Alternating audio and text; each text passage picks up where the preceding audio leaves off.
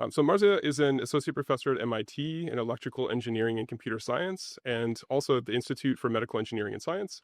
She leads the Healthy ML group at MIT, which focuses on creating and applying machine learning to understand and improve health in ways that are robust, private, and fair. She holds a named career development professorship at MIT. She was also named a CFAR Global Scholar and one of MIT Technology Review's top 35 under 35.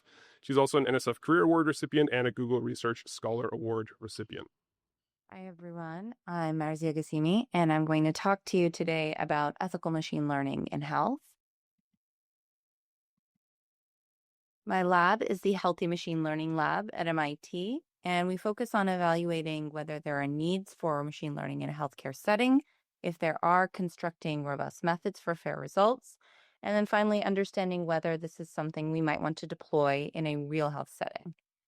And I want to walk you through an example that got me interested in thinking about ethics of machine learning in healthcare settings, which is we have a patient who maybe is coming into the emergency room with trouble breathing, and the doctor can't see her for a few hours because it's busy.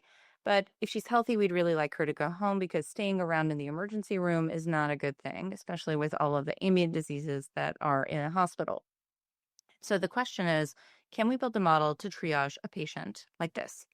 And the answer is we probably can, as with many different machine learning models in applied settings. You just have to run through this development pipeline where you pick a problem, collect data, define an outcome, develop an algorithm, and then potentially deploy the model. And we've already done the first thing, which is doing this model-based chest X-ray diagnosis. And so now we just have to run through the rest of this pipeline. And so to do so, we can take the 3 large publicly available chest X-ray data sets in the United States. That's over 700,000 images.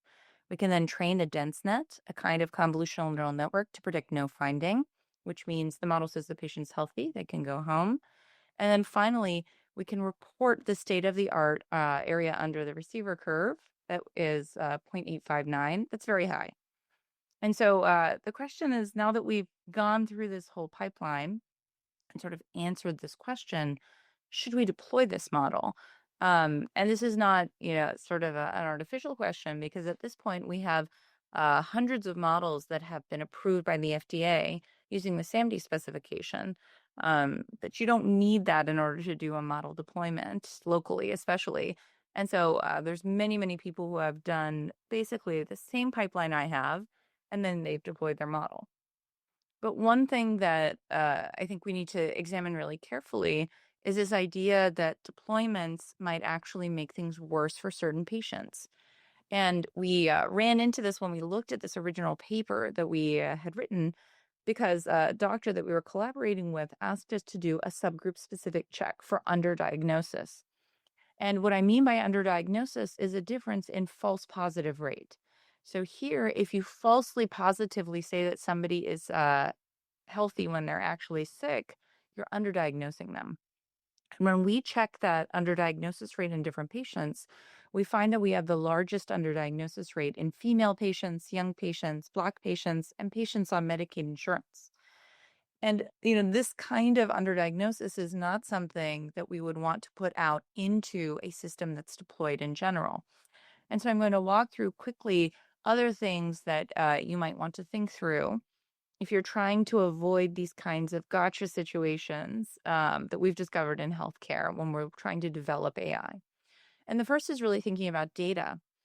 Data powers a lot of our machine learning models right now. And even prior to the modern large language model boom and to healthcare, there was this really well-known thing for many vision models, which is that they learn shortcuts, right? And so if you ask whether this is a cow, a model will be very confident. If you ask if this mole is benign, the model's also very confident. But suddenly, if you put a cow on a beach, it looks like an orca, not a cow. And if you just add some marker around exactly the same mole, the model really thinks that this mole is not benign. And the problem here is that these models have learned these contextual shortcuts for prediction. They're maybe not using the features we would want. And this is true in healthcare data as well, but it's not true in ways where we can manually check these shortcuts and whether the model is using them. What I mean by that is when you look at medical notes, you can take out all of the demographics, and machine learning models still know who is who. And it's the same thing for medical chest x-rays. If you look at a chest x-ray, you or a radiologist, we tested them, can't tell whether this patient is, a specific age or whether they're black or white, but machine learning models can. And so we wanted to look at what the impact of models having this sort of superhuman performance in creating or detecting a shortcut is. And so we trained models to predict medical outcomes in these 3 imaging settings in dermatology, ophthalmology, and radiology. And what we are going to do is predict a medical task and then look at what they learn along the way about demographics. And so here we train dense nets. These are also convolutional neural networks to using vanilla optimization, empirical risk minimization. And we find that those models trained to predict disease do encode demographic attributes. But what's worse is that the more that they encode these demographics, the larger the prediction disparity is along those attributes. Those 2 things are correlated. Put another way, the worse you do at predicting retinopathy, or the better you do at predicting who is female in an ophthalmology data set, the worse you'll do at predicting retinopathy for female patients. And this is not just true, for one outcome. This was true across all of the outcomes we looked at. And so if we look at predicting, for example, cardiomegaly from chest x-rays across patients of different ages, we see here that if you train a vanilla empirical risk minimization model, the overall AUC is over here on the right, upwards of 0.8, which is great. But the fairness gap, how much worse it does on older patients, is over 20%, which is not something we would want, right? We don't want our models to do much worse on older patients. And so by employing some of the modern robustness methods that have been developed for making sure that models work well across different subgroups, we were actually able to get this model, several different models, to perform really well. So you can see here that the overall performance doesn't go below 0.8 if we stay on this side of the line, but the fairness gap goes all the way down almost to 0. And that's not just true in cardiomegaly when we're trying to make it fair over ages. It's true for many of the different outcomes that we looked at. You can see in all of these curves, there's some point where you go very, very far down, right? But you haven't gone that far over. It means that you've reduced the unfairness without removing any average performance. But this is when we train and test models on the same source. So we're optimizing them to be fair in data from Massachusetts. When we train a model to be fair in Massachusetts and then test it in Stanford, we actually lose that optimality. And so if you've picked that model that's very good at having even performance across patients of different ages or races or genders in Massachusetts, it doesn't actually work in the Stanford setting here when we tested it. And so the big outcome from this paper was knowing that, if you're going to deploy a model in your local hospital, there's no magic trick for making it perfect, even if it's been trained on a very large set of chest x-ray data or ophthalmology data, dermatology data, any kind of data. And it's been optimized to be, perfectly fair and performant in another setting. You still need to evaluate it on your data. The second thing I want to talk about is algorithms themselves. And so, this idea that group attributes might or might not be good to use in a risk score predates AI. This is, back in the logistic regression days, people have reported that using a group attribute does result in worse subgroup performance sometimes, even though it has to improve overall model performance. And so here, if I'm training a logistic regression model to predict sleep apnea with sex and age, it is worse for young male patients and older female patients, even though it's 1% better on average, right? And the reason this happens is we either have model misspecification or model selection, right? So we've optimized this model specifically to pick something that works best overall. And it's not respecting that it might do poorly on certain subgroups to do this overall performance, okay? And this gets worse when we look not at simple models like a logistic regression model, but vision language models and large language models, right? Because these don't just have a countable number of parameters that we can examine, they have billions of parameters. And so vision language models are these really flexible, fantastic innovations that map from words to images, but they also have a lot of problematic biases that people have cataloged at length. And when you look at how to remove these biases in these larger models, it gets really tricky because you might think, well, maybe I just will, if I'm trying to make it fair for predicting, male and female doctors, maybe I'll just estimate where male is, estimate where female is. I can project a line between those and orthogonalize those out, collapse the part of the space. But that doesn't work well often because model embedding spaces are really complex and nonlinear. So here you can see that the line that might separate male and female doctor is very different from the line that might separate male and female pilot. And so instead, we have new work that's trying to understand the best way to do debiasing, and we argue that it's a nonlinear thing. So specifically, once you do an initial embedding of a term like doctor, it might lie here in this part of the space that is actually very male. And we want it to be in this even part of the space.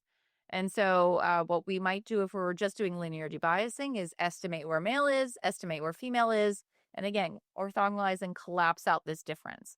But doing it this way, you're still closer to images of male doctors than female doctors.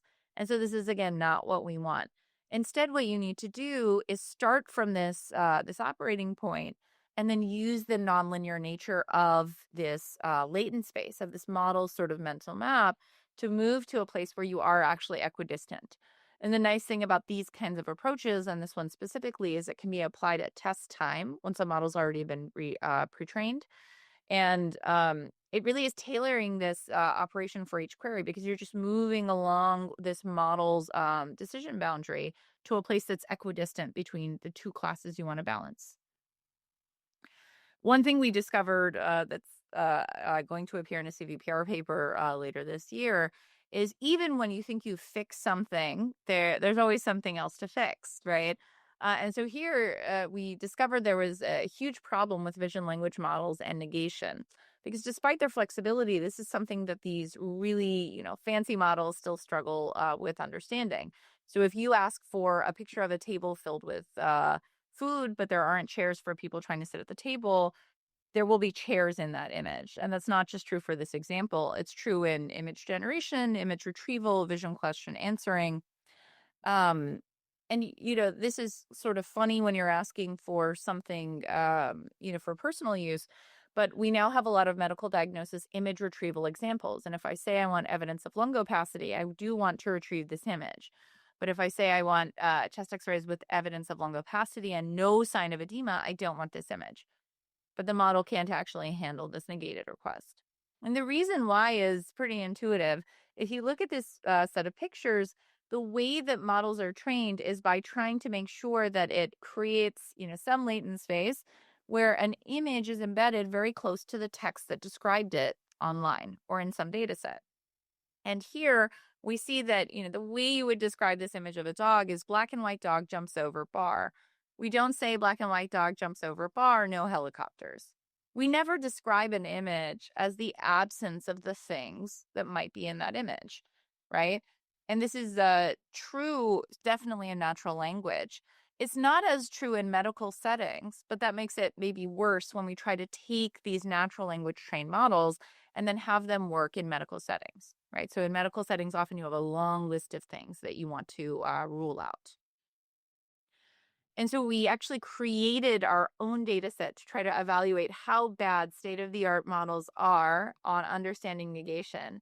We have easy negations, hard negations, and medical negations, which are the hardest of all. And we opened this data set for everybody to evaluate their models on. But when we evaluated state-of-the-art models on this data set, we found, if you use the easy negations, we get drops between 4 to 7% in our tasks. When we use hard negations that are more like what humans might use, not so rule-based, we get drops between 18 to 20%. And in medical vision language models, we get drops over 30% in some cases, which is really scary. Like this kind of performance drop is not something we would want in a deployed model.